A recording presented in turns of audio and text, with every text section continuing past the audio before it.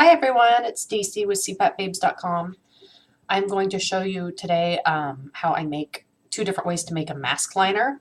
In a lot of my Instagram photos, people have been asking what is around my mask. And basically, I've been breaking out a bunch on my face around. I have a nasal mask. It's not too bad right now, but sometimes I'll get zits. It's super cute. This is the mask I'm going to show you with. This is what is this? An AirFit N20. I also have the NFit Air 20 for her, but this is just the regular one. It goes like this. I've only worn this once because it goes with my Air Mini. So what I do is I have this little thing, and it's just a piece of fabric. I'll kind of deconstruct it in a second. It's a piece of fabric, and then if you can see there, I just kind of sewed a drawstring around it. It's a piece of stretchy fabric, and then I pop off.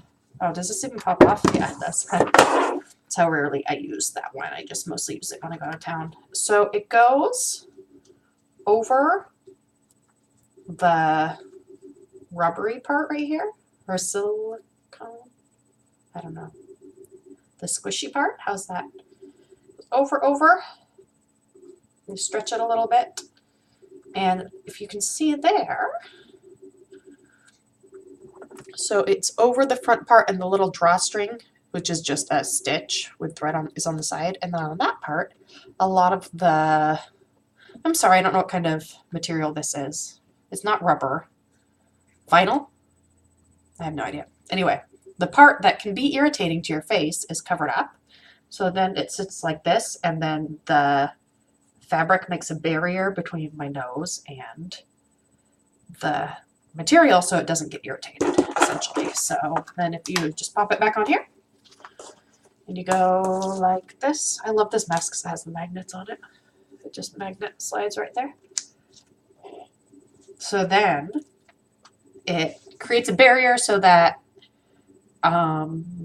it's not rubbing on you. Sometimes that material can kind of be irritating. The other thing, and this actually also fits my AirFit N20 for her, and it also fits my Pico Respironics mask. So it really fits a lot of nasal masks. So you can also order mask liners online, but I just wanted to save money, so I made that one, and it worked pretty well.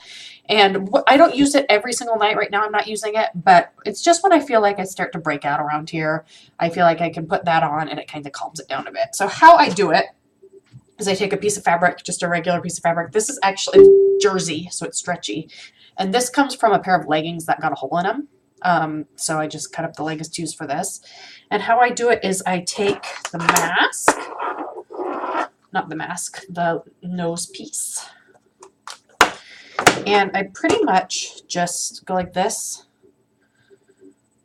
and I trace around it so that there's a little bit of extra slack. So, and then that leaves me, so I go like that, cut it to fit. So I cut it a little smaller, and then now it's kind of like, so I cut a little bit on each side, and I'll hold this up in a minute.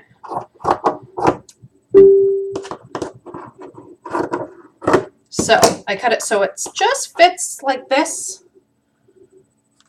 along the side. So if I were to make a little drawstring, stitch a little drawstring around there, it would be enough slack.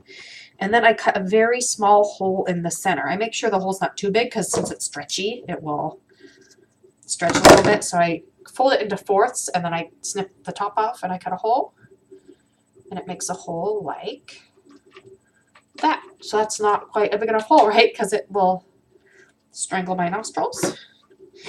So I'm going to cut a little bit more off. There's the cat behind me. There we go. Okay, so that's a bigger hole. So I'm going to measure that on my nose again. There, that's good. Cool. I can breathe. I'm a little sick, so I can't breathe that well. So what I would do is I would put that on here, and then I don't have my needle and thread out, but I would stitch around, do a little in and out stitch around here. So it would create a little pocket, like this is the finished one. Very fancy and high tech, so that I could just place it around here and it would stay on. The drawstring I use is not elastic. I just use regular thread and it works just fine. But if you want it a little stretchier, if you're using it a bunch. So around it, there we are. That's, again, the finished one. And this, actually, I think the stitch came loose, but you know what? It would still work. I don't even know if you'd really need to do that extra stitch, but if you didn't have the stitch, you'd have to put it on and then put the mask on really quick so it wouldn't fall off. So I just choose to stitch it. So another thing people do, I have it ready, but I've never actually used it to sleep, is they will take a sock like that and they will cut it. I had already cut it. I made this video before, but then it didn't save, so I'm making it again. And they'll put the sock over like that. See, like that? So they'll leave the opening and then they'll put that on their nose. So actually that works pretty well, and you don't have to sew it. It's already kind of in a tube, so that could be another option. You might want a smaller sock if you have a smaller nasal mask. I know this is silly, but this is like a kid's bobby sock. I wear those with my Mary Jane shoes. So a kid's sock might work better, maybe a 6, 7, 8-year-old sock. I don't know. So that works well too. So that's what I do for my mask liners. Again, I'm not using these all the time, but some people do, just if their skin gets irritated. So it could be a good thing for you. It's almost free to make.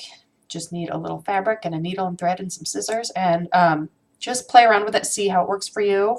There are some on Amazon that you can get, or on lots of different sites, CPAP supply sites that are made of cotton, which would actually be probably a little more convenient. I think those just sit on your nose and the mask goes over it. But this works for me, so I will take it. Anyway, have a great day. See you at Stacy, cpapbabes.com. Bye.